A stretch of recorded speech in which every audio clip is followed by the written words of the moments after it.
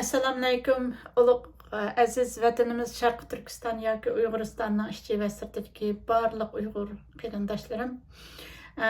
Har juma kuni bir qitim chiqariladigan Xitoy qulaydigan asqaldi nomli programmamning 10 qismiga xush keldinglar. Men Gulshan Abduqodir Sahar, Kanadaning Toronto shahrida yashayman. Mana birdamning ichida ulug' ro'za ramzonlarimiz oxirlashib, oxirgi yerimi tugab, oxirgi bosqichlarga berib qoldi. Inshaalloh, shu ro'za ramzonda qilgan duolarimiz, tutgan ro'zalarimizning hurmatiga ulug' Alloh Xitoyning qo'llash vaqtini texmo teziltib bergay biz Uyg'urlar uchun. İnşallah hammamizni mushu patarda Xitoyning qulaydiganligidan iborat xush xabarlar bilan bizni xabarlandirgay. Hammamizningki duolarimizning ijobat bo'lib, tutgan ro'zalarimiz qabul bo'lib, oxirida mushu bizning ömrimizni mushu Xitoyning qo'lishini ko'radigan bir ömür qilib berishini ulug' Allohdan tilaymiz. Xitoyning qo'lishini bir ko'rish, mushu vatnimiz Sharq Turkistonga tajovuz qilib kelgan Xitoylarning ishkiriga qanday qochqanligini ko'rishdimmi ortiq Uyg'urlar uchun bir cho'ng bir orzu umid bo'lmasi kerak deb o'ylayman. Inshaalloh bu kunlarga oz qoldi, Alloh xolisa. Bugungi programmamni men sizlar uchun shu birimizning ota-onalarimiz, cho'nglar deb qo'ygan palakning chaqi, palakning pak yardishi, palakning chaqi o'rgilib, cho'rgilib, aylanib, yana mundaq bo'pti. Yoqlar etak bo'pti, etaklar yoq bo'pti degandek shunaq gaplarni biz ko'p anglaydik.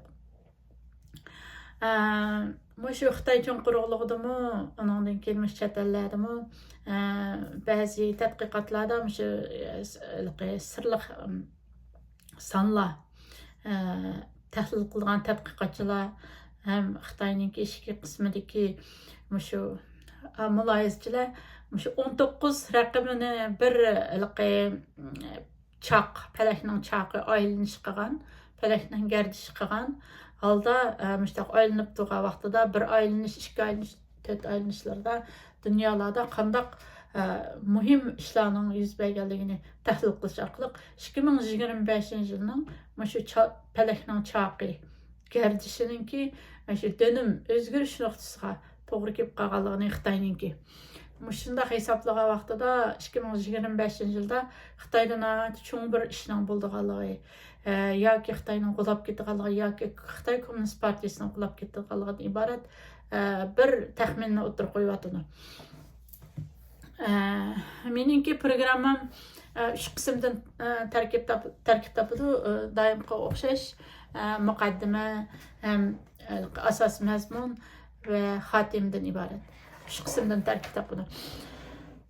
Men shu muqaddima qismimda shu o'tganki programmamda men shu Xitoydagi eng yuqori darajalik 4 generalning yo'qolib ketganligi, turmalarga tashlanganligi, izdiraksiz yo'qolib ketib keyin paydo bo'lganligi, uningdan keyin shu yaqin ochilgan 2 yig'inda Xitoyning xalq qurultiyi bilan siyosiy kengash yig'inida bir generalning paydo bo'lib qolganligi haqida to'xtalgandim.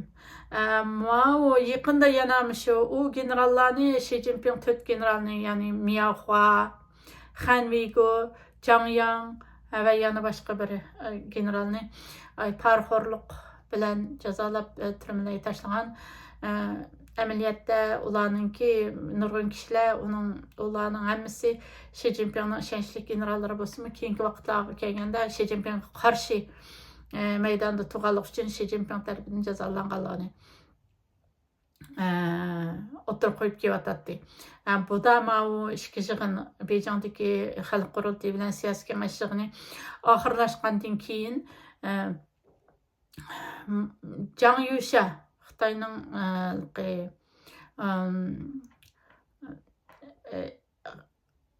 harbiy qismniki muavin raisi, o'zinglar bilasizlar, Xi Jinping Şu bütün hərbi hüquqlarını, dövlət hüququnu, bütün hüquqlarını özünün qoluna elib, hüquqni mərkəzləşdirdigan şundaq bir tüzümni bekitib, texmi beter diktator, texmi beter jallatlıq yolu qarab manğan.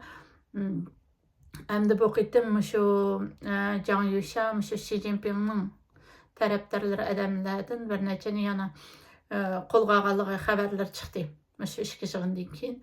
Bu nemeden derak berdi degan vaqtida Xitoyniki ishki qismidagi shu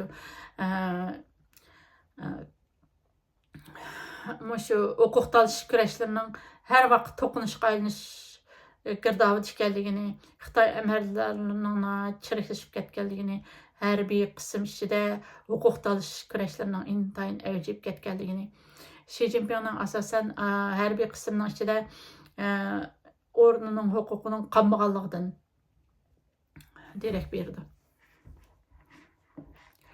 Әмді чәтәләрдегі біздің әң қошал қылдыған xabarlarning birisi şu yakında Marco Rubio efendim Amerika Tashqi ishlar ministri Marco Rubio efendim 14 Mart günü Tayland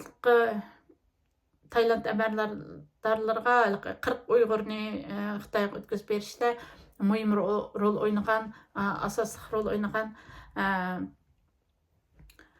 Tayland əməldarlarını cəzalaş, yəni Amerikaya kirish vizasi verməslik çeklemesi qoyuşunu qarar qıldı. Şundaqla bu Marco Rubio efendimninki e'lon qilgan bu bayonotida nəhayət muhim bir cümlə var. O bo'lsa dunyoning har qaysi joylaridagi hukumatlarni Uyg'urlarni Xitoyga qaytarmaslikqa chaqiramiz degan bir cümlə. Şu jarayonlarda aldı aqsta şu Türkiye mu şu ikki Uyg'urni mushtaq nimaga Xitoyga qaytaramiz deb aqadan anandan bundaq bu gaplar yolg'on degan gaplar chiqib ijtimoiy taratqularda shundaq ikki Uyg'urni Xitoyga qaytarganligi Turkiyaning mushaqda gap so'zlar bo'ldi. Endi bu yerda Turkiya tarafininki Uyg'urlarni qaytarishdagi sababları Xitoyninki hech qanday tan jazosi bermaydiganligiga kafolat qilish shart ostida qaytaramiz degandek gaplarni qildi. Xitoy o'ylab boqayli do'stlar, Xitoy endi shu qonunlarga rioya qiladigan davlatmi? Xitoy degan gapiga amal qiladigan bir davlatmi? Endi Türkiye meselesi kelsak, bu haqda men keyingi programmalarimda ayrim to'xtalman. Martin Luther Kingning shundaq bir gapi bor. Bizning oxirida bizningki shu bizni pek ko'nglimizni yerim qildigini, bizni pek afsuslantirdigini, shu dushmanlarimizningki nima qilgan emas, balki do'stlarimizning yinimizda biz do'st deganlarning, biz urug' tuqqan deganlarning, biz dindosh qandosh deganlarning bizga nima qilganliklari bizning yuragimizni bek og'ritadi degan bir gap bor. Martin Luther King'ninki. Meningki shu Don Quixote va Sancho Panza Uyg'urlar nomli maqola to'plamimda men shu Turkiyadagi 2016-yillari atrofida 2017 shundaq yozgan bo'lishi mumkin. Şu maqola to'plamimda men 4 qismmi, 6 qismmi shundaroq ancha esimda qolmabdi. Turkiyadagi ba'zi Uyg'urlarning Turkiya hargizmi Uyg'urlarni Xitoyga qaytarmaydi degan tushunchalarga asosan Turkiyadagi Uyg'urlar aqlli bo'lishi kerak deb bir chatma muloyiza maqolalarni yozgandim. U maqolalarim shu Don Quixote ve Sancho Panza Uyg'urlar nomli maqola to'plamimda bor. U maqola to'plamimni Uyg'ur Project Fondininki tor betidan topa olasizlar. Yoki mening Facebook betlarimga kirib yoki YouTube kanalimga kirib mening shu chiqarayotgan programmalarimga ostiga qarsanglar, ashada ulanishlar bor. Şu Uyg'ur Project Fondininki tor betidan PDF nusxasini o'qiy olasizlar. Yoki Tahlimikan Uyg'ur nashriyatidan İstanbuldagi berib osandan bo'ldi. Onundan başqa şu radio stansiyaları Amerikadakı xalqaraga anglitish beradigan nurg'ulg'an radio stansiyaları taqaldı. Bu taqilish mencha rad kesilish deb o'ylayman, chunki bek qalayimqanti men o'zim axlamayran qilib o'ylab qolatdim. Ajoyib bir mushullar Laos, Kamboja, Vyetnam degan davlatlarga 3-4 soatlik başlab anglitishlar bergan. Xitoy demokratlarining mashundaq jiq anglitish soatlari. Uyg'urlarning pek az bir Erkin Asiya radiosi qancha yillar 1 soat anglitish berib kelgan, ondan keyin 2 soatga chiqqan bu deyman. Endi men shu ondan keyin Voice of America, shu Amerika ovozi radiosining o'zbekcha bilimlaridan tatib bizga o'xshash bechara shu ovozni anglitolmaydigan Xitoydan iborat shundaq zo'r bir dunyoni sarasini sevayotgan bir kuchning oldida kurash qilayotgan tipirlayotgan Uyg'urlarga nisbatan ajoyib bir shu radio kanallari, onun servislari, Uyg'ur servislari deb o'ylaydim. Endi bu bir rad kesilish deb o'ylayman. Endi dunyoda nurg'un liderlar bor, bularning ichida jihlari hech kim hech qanday o'zining va shu davlatning ichida va davlatning sirtidagi tashqi siyosati bo'lsin, ichki siyosati bo'lsin, undaqchiq odamlarni qarshisiga ilib, bütün narsani o'ngtay qilib ostidan ustidan tortib, bulun pishqaqcha tekshirib, hamma nimani radlaydigan odamlar bek oz. Nurg'un kishilar insonlarning, davlatlarning o'ziga dushman bo'lib qolishidan ansiraydi. Shundoq bo'lganligi uchun ko'pincha Allah'da o nurg'un qiyin masalalarning qarshisiga chiqolmaydi. Faqat oz sondagi kishilar, oz sondagi liderlar ashundaq o'ziga ishosh qilgan holda jasorat bilan oldiga ilgarilaydi. Ularda dushman, do'st, kim menga dushman bo'lib qoladi degan andisha, g'am qayg'u, qo'rqish bo'lmaydi. Faqatlam o'z qilayotgan ishga bo'lgan ishonchi, irodasi bilan Allohga qarab mengayverdi. Amerikaninki, qarlarninki huquqini bergan prezident Lincoln ana ashundaq jasoratlik, hech nimadan qo'rqmaydigan bir liderdi. U Amerikaga qarlarning huquqini bergan vaqtida butun Amerikadagi ahlar uning dushmani bo'lib oldiga chiqqan. U buningga pisand qilib qo'ymagan, oxirida suiqasdga uchragan. Oxirida tarix uning nomlarini har doim eslab turib, tarix tamg'isini urgan bir tinchlikparvar lider bo'lib xotirlanib qoldi tarixda. Endi shu O'zbekiston haqida ozroq bir gap qilib qo'ygim kelib qoldi. O'zbekistonda shu Xitoylar yamrab o'zbek qizlarini bilan to'y qilib, eshak azamonlarni to'kib setib, bozorlarni qurib o'shanda qilib ketibdi. Bu butunlay Xitoyninki hilisi, Xitoyninki O'zbekistonga yamrab O'rta Osiyoni besib olishdagi bir hilisidan iborat.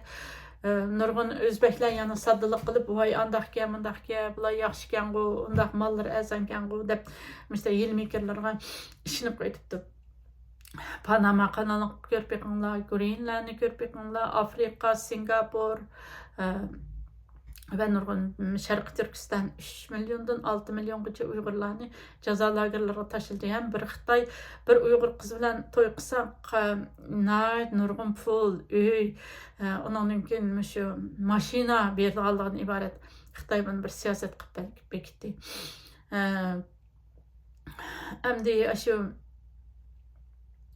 O'zbekiston O'rta Osiyodagi o'zbek tilining changligi, diniy e'tiqodining changligi, o'zining o'zbek madaniyati sap chaqnab turgan go'zal bir o'zbek madaniyati bilan O'rta Osiyodagi bir marvoyit, O'rta Osiyodagi bir diniy e'tiqod, madaniyat jihatlarida bo'lsin, bir xil madaniyat qo'rg'ini.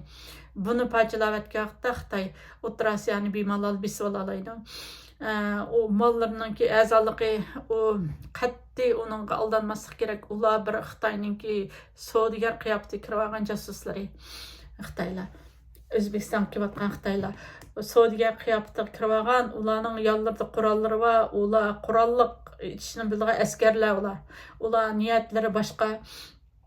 90 yıllarda Gul şəhərdə Otur Asiya Soda bazarında bir bazarını qurğan Xitaylar Yivodan kelib, aşı Yivodan aşağı kelib, aşı Uyğur sodagərlərinin sodasını ötürüş məqsədində şunçalik azan.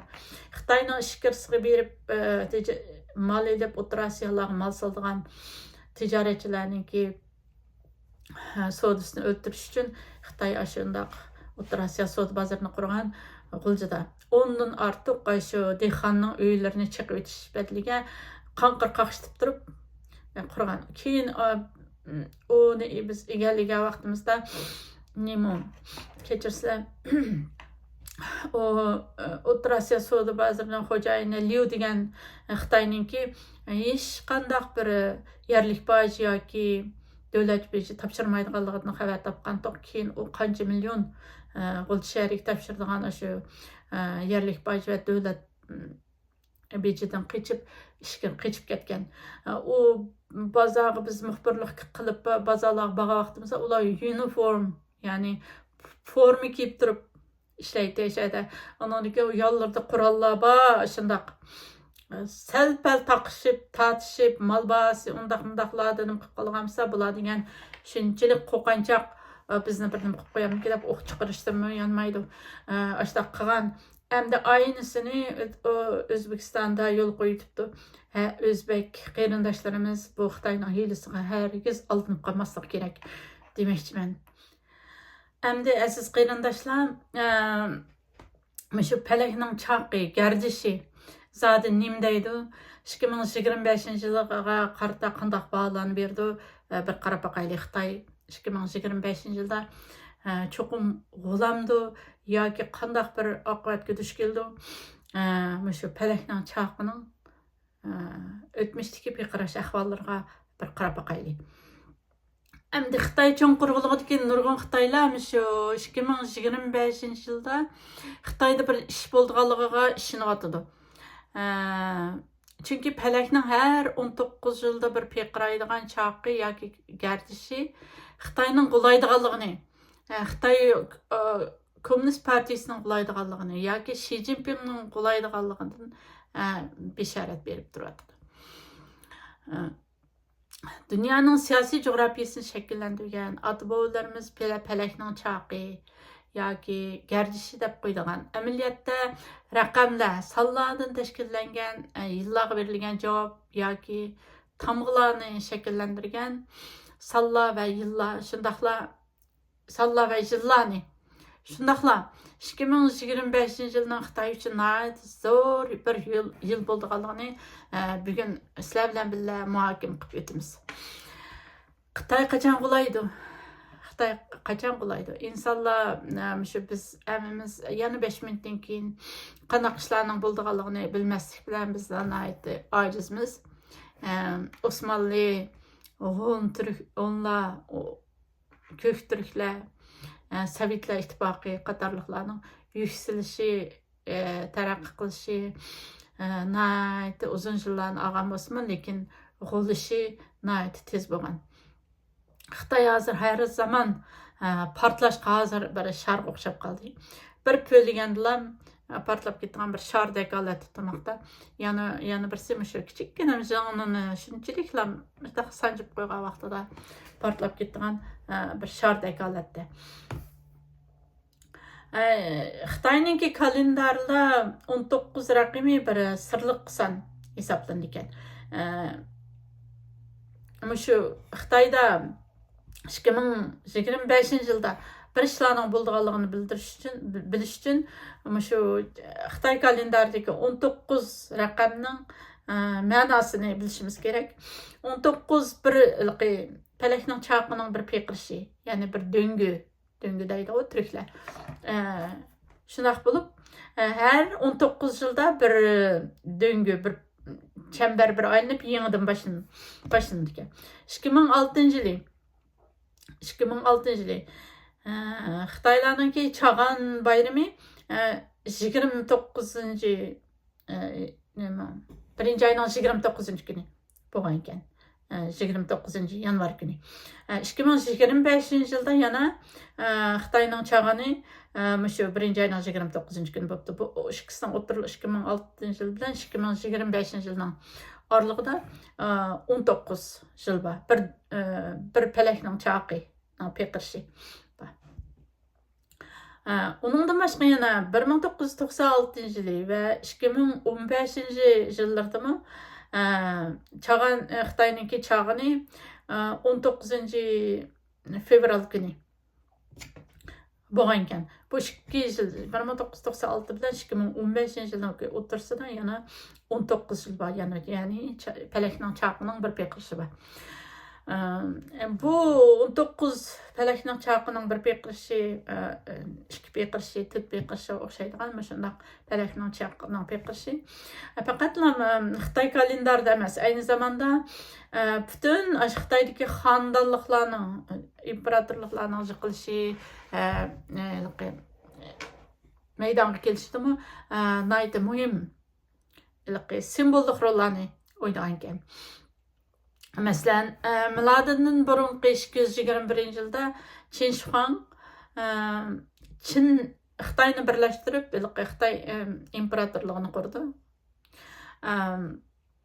Bu xandonlik 15 yıl hukm sürüp, ondan keyin 4 yıl ishga urushga kirib ketib, oxirida xandonlikning qurilishi va gumron bo'lishgacha bo'lgan oraliqda 19 yıl vaqt o'tdi. O'sha 19 yildan keyin Han sulalası kuruldu. Çin sulalısının ahır bilen Han sulalısınınki beşiğici bo'lgan aralıqda yana bir 19 yıl pelekning çaqının bir peqirşi var. Bu faqat bir tesadüfen bo'lib qolgan bir ishmi? Undaqda biz xalqarada qandaq bo'lgan dünya vaziyeti, dünyada qandaq bo'lgan ishlar, dünya tarixida bo'lib o'tgan cho'ng ishlarga bir qarab boqaylik. 1919 yılı Birinci Dünya Urushi. Birinci Dünya Urushining oxirlashgan yili. 2019 yılmi Covid-19 meydanga kelgan bir yil bo'ldi. Bu ikkisining o'rtasida 100 yıl var. Endi 19 yıldan başqa yani büyük, çoğun işler yüz berdigan, çoğun partlaşlar, çoğun dünyada özgürlük karakterlik işler yüz berdigan pelekning çaqının peqirşi 38 yıl, 76 yıl bu hesaplanırken, mesela 38 yıl deganimiz 19'un 2 qitim peqirşi, bir pelekning çaqının peqirşi 19 yıl desek 2 qitim peqirşi, 76 yıl bo'lsa 4 qitim peqirşi bu hesaplanır. Endi yanımı cho'nqirlagan holda yanımı bir qarab boqaylik, shu 19 raqamininki tarixdagi simbol xarakterlik ahvoliga. Qin sulolasi 1911 yılı Şinxay inqilobininki oxirlashi, Şinxay inqilobi bilan Qin sulolasi ag'dirildi. Mao'ning 1949 yılı Cumhuriyet Xalq Cumhuriyetini qurdi hozirgi. Bu 1911 yıldagi Şinxay inqilobi bilan shu Xitoy Xalq Cumhuriyetini qurilishi o'rtasida yana 38 yıl, yani pelekning chaqining 2 qitim peqirşi var. Keçirsem 1917 yılı Çar Rusya gumron bo'ldi. 1993 yılı Rusya Federatsiyasi qurilib, O'rta Osiyodagi nurg'unlagan davlatlar mustaqil bo'lib ketdi. Masalan, bizningki Turkiya qarindoshlarimizdan qozoqlar, qirg'izlar, o'zbeklar va shunga o'xshagan bir qanchalar millatlar mustaqil bo'lib o'zining davlatini qurdi. O çağlarda biz yana boynumuzni qisib qoldik. Amerikada her 76 yılda bir o'zgarish bo'lib turadi. Masalan, 1789 yılı Amerikada asosiy qonun tuzilib, tunji qitim asosiy qonun tuzilib, George Washington tunji Amerikaning prezidenti bo'lib saylandi. 1865-yili Amerikada ishki urush oxirlashib, qulluq tuzum amaldan qoldirildi. Lincoln, Amerika prezidenti Lincoln suiqasdga uchraydi.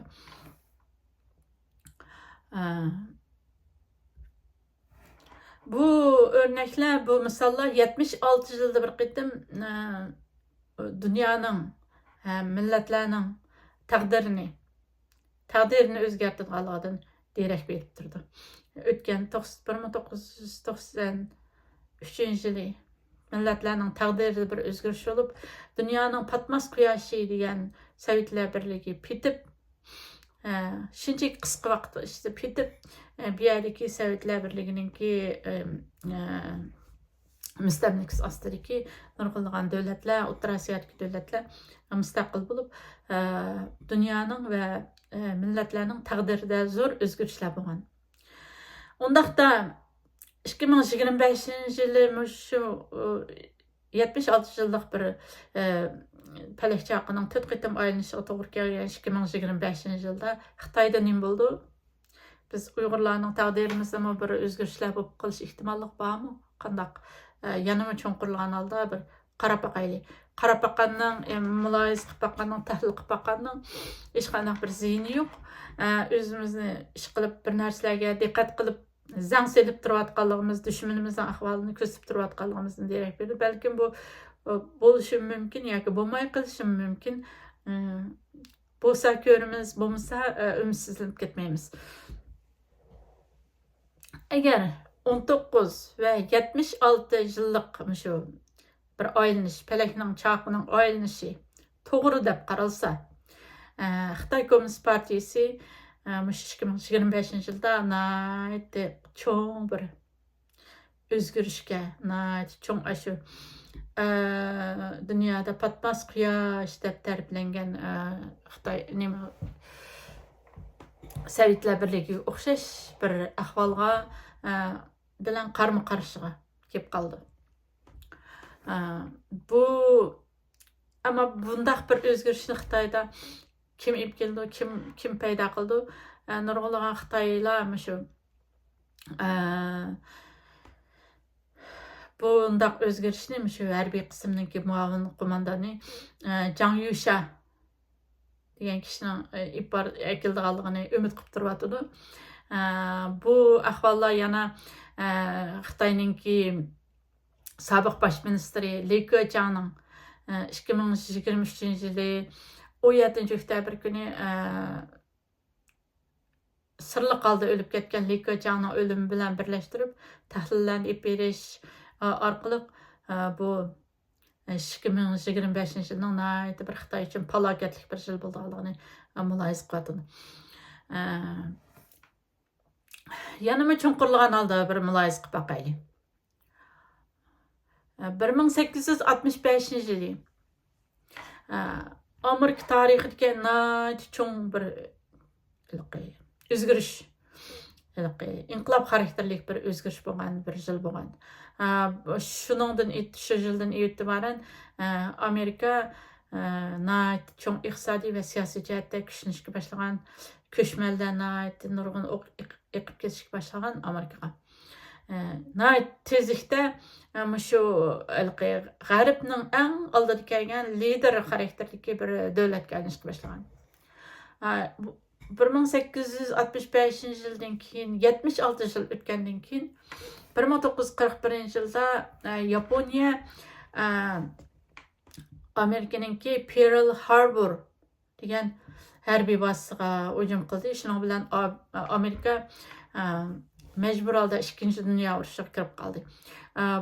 Bu urush Amerika tarixidagi eng cho'ng urush bo'lib xotirlandi dunyo tarixiga. Bu 2 yil o'tirsida 1865-yil bilan 1941-yil o'tirsida 76 yil bo'lib, bu Palakning chaqining 4 qitim aylanishiga to'g'ri kelgan.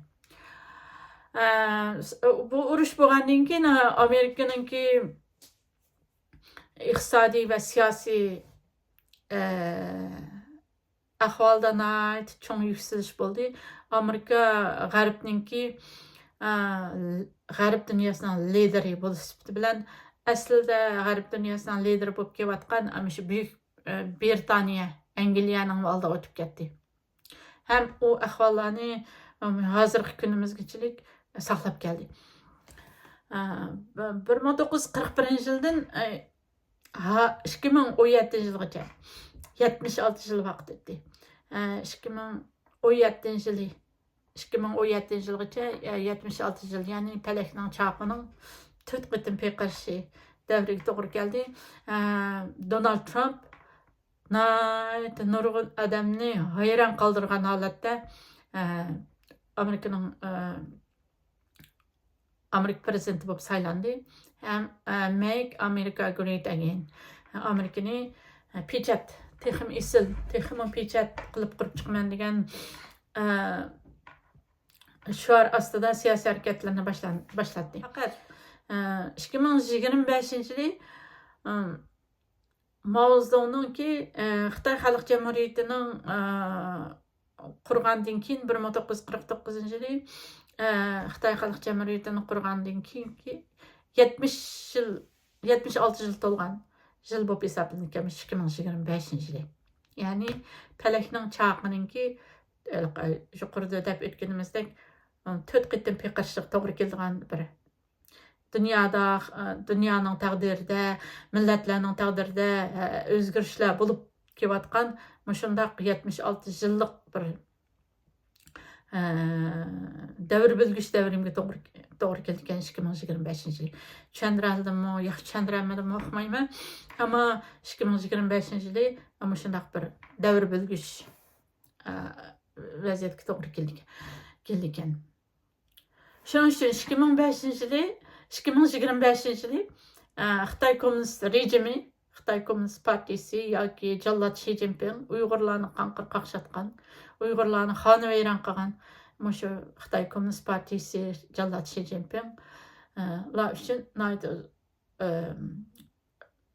zo'r bir yil bo'lganligini Xitoy cho'nqurlig'idagi Xitoylar va dunyo mushtaq muloyiz qilyapti. Albatta bizim Uyg'urlar bu sifatimiz bilan bu muloyizlarga qo'shilishga haqliqmiz deb o'ylayman. Demek ki 2025-yili her jihatdan qaraganda Xitoyninki harbiy qismlarining ichidagi ishki to'qinishlar, Xitoy iqtisodninki cho'kishi, Xitoyda bo'layotgan ahvollar bir belvoq bir yo'q sherin shuning cho'kishi, Amerikaninki boyini aslab yuqori qo'yishi ham Amerikaning oldiga o'tib ketmasligi uchun qilayotgan tadbirlari ham Xitoyga intayin qattiq qo'lligi bilan dong chiqargan Donald Trumpninki yana bir qitim, ikkinchi qitim saylanishi qatorliqlarning bularning hammasi birlashgan vaqtida 2025-yilning Xitoyning oxirgi bir yili, Xitoy kommunizmining oxirgi bir yili bo'lganligi muqarrar deb qaralmoqda. Endi aziz qarindoshlar, programmamning oxirgi qismi, xotima qismi, ya'ni ufchig'i kelib qoldik. Shu chet el matbuotlari, Wall Street gazeti, Reuters agentligi qatorliq chet el matbuotlarida shu Xi Jinpingning tug'ilgan kuni bilan Donald Trumpning tug'ilgan kunini Amerikada birga o'tkazish, birthday summit, tug'ilgan kun uchrashishi deydigan bir uchrashish o'tkazish planining borligi haqida shunday Amerikadagi yuqoridagi matbuotlarda va nurg'unlagan to'rbatlarda shunday xabarlar yiqib turyapti. Endi Xi Jinping, Jallod Xi Jinping 1953-yili 6-oyning 15-kuni tug'ilgan ekan, 6-oyning 15-kuni 72 yoshga kiribdi. Donald Trump mu o'xshashlar shu 6-oyda tug'ilgan ekan, 1946-yili 6-oyning 14-kuni tug'ilgan ekan. Bu ikkilisi burchlarda ikizlar burchi deb qo'ydi u turklar. Qo'shmaq yulduzlar burchiga mansubkan. Shuning uchun Donald Trump bilan Donald Trump Xi Jinpingni nima Oqsaroyga taklif qilib, shundaq bir Oqsaroyda ikkilisining tug'ilgan kuniga birlashtirib bir tug'ilgan kun qilib bir marosim o'tkazish planining borligi kengri yer ilinyapti. Shu Reuters agentligi ham Wall Street gazetida maqolalar yozildi. Hindistonninki va Hindiston vaqti va boshqa Yahoo degan tor betlarda mushtaq gaplar iqib yuribdi. Sizlarcha bu Xi Jinping Oqsaroyga keladimi? Mushtaq bir tug'ilgan kun uchrashishi bo'ldi deb o'ylagan vaqtimizda Oqsaroyga keladimi? Mencha kelmaydi deb o'ylayman. Mencha kelmaydi. Chunki Oqsaroyda hozir hamma narsa o'zgarib ketdi, burunga o'xshamaydi. Hamma narsa Oqsaroyda muxbirlarni chaqirib kelib naq maydonda. Burunga o'xshash shakar yaltilgan so'zlar, oqidanda, parda oqistanda oldiga chiqib mundaq emas. Shu naq maydonda bo'ldigan bo'lib ochiq oshkor dunyoga taqtilgan bo'lib ketdi. Shuningga o'tgandagi xabarlar bor, Zelenskiy bilan Donald Trumpning Oqsaroydagi suhbatini yaxshi ketyapti. O'tirliqda Amerika muavin prezidentining bir so'z qistirishi bilan kayfiyati yuqori o'rlab, o'zaro ovozlar yuqorilab, bir xil gap so'zlar qo'pollashib, bir xil jidal majrodek bir narsaga shakllanib qoldi. Zelenskiy bilan Donald Trump o'tirsida bu butun dunyoga naq maydondan taqtildi. Xi Jinping shunday ahvol bo'lib qolsa, Xi Jinping ko'tara olamdi. Bu masala va Xitoy kommunist hokimiyatidagi liderlar bundaq erkin dunyoning undaq naq maydondagi programmalarga qitilib, undaq cho'ng savollarni so'ralishdan qo'rqdi.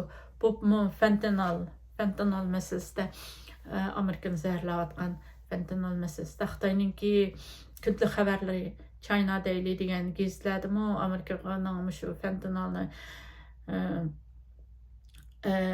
qarshi ipirayotgan tadbirlarga qarshi nurg'un xabarlar yozilibdi deb angladim. Shuning shu vaqtda undan keyin COVID-19 ning taqilib ketishi haqida va shunga o'xshagan dunyo vaziyatidagi va Xitoyning ichidagi masalalar, hatto Uyg'urlar haqida qattiq savollar so'ralishi mumkin. Jallod Xi Jinping inglizcha bilmaydi.